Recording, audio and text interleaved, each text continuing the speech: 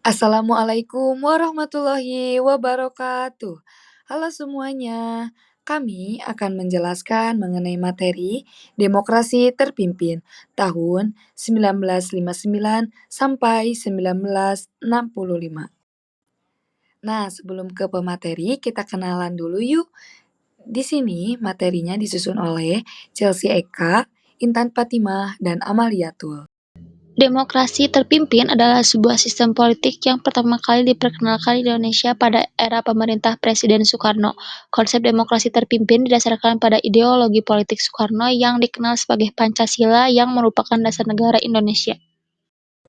Kegagalan konstituan dalam merumuskan konstitusi baru dikeluarkan dari Presiden 1959, serta kondisi politik nasional yang tidak stabil. Banyak partai politik yang saling bersaing berebut kepentingan dan ingin menang sendiri. Dengan adanya demokrasi terpimpin, Presiden Soekarno berharap tegaknya sistem politik yang sesuai dengan jati diri bangsa. Tujuan demokrasi terpimpin untuk menciptakan stabilitas politik dan sosial setelah periode yang penuh gejolak.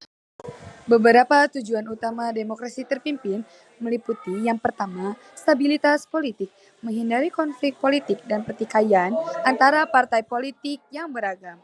Yang kedua, kepemimpinan yang kuat, menguatkan posisi Presiden Soekarno sebagai pemimpin sentral untuk mengarahkan kebijakan negara.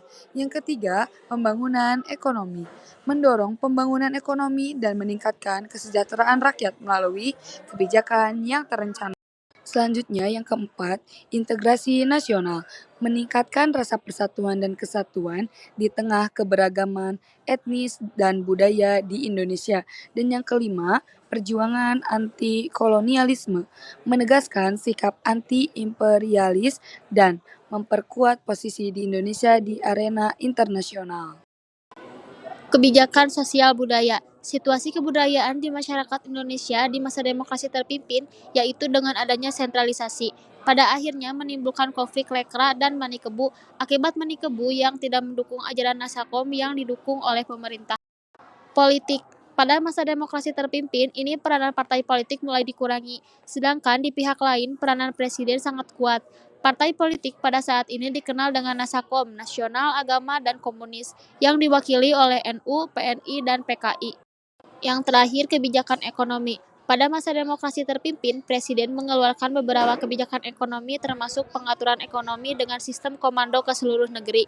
Pada masa ini, Presiden merancang program pembangunan nasional semesta berencana dengan memaksimalkan peran BUMN serta koperasi.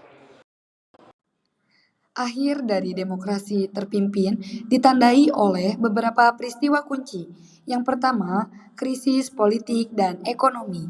Menjelang akhir periode ini, Indonesia menghadapi krisis ekonomi yang parah, inflasi tinggi, dan ketidakpuasan masyarakat yang meluas.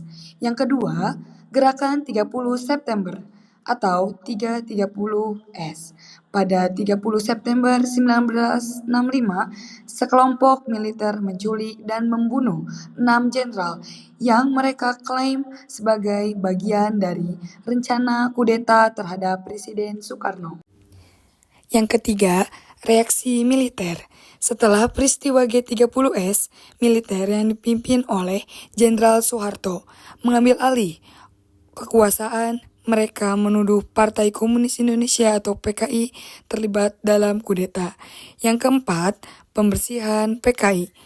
Terjadi tindakan brutal terhadap anggota PKI dan simpatisannya yang mengakibatkan pembantaian massal dan pelanggaran hak asasi manusia.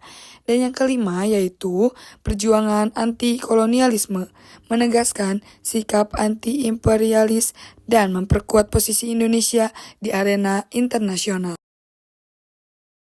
Sekian penjelasan dari kami, semoga penjelasan mengenai demokrasi terpimpin bisa bermanfaat untuk semuanya. Sekian dari kami, wassalamualaikum warahmatullahi wabarakatuh.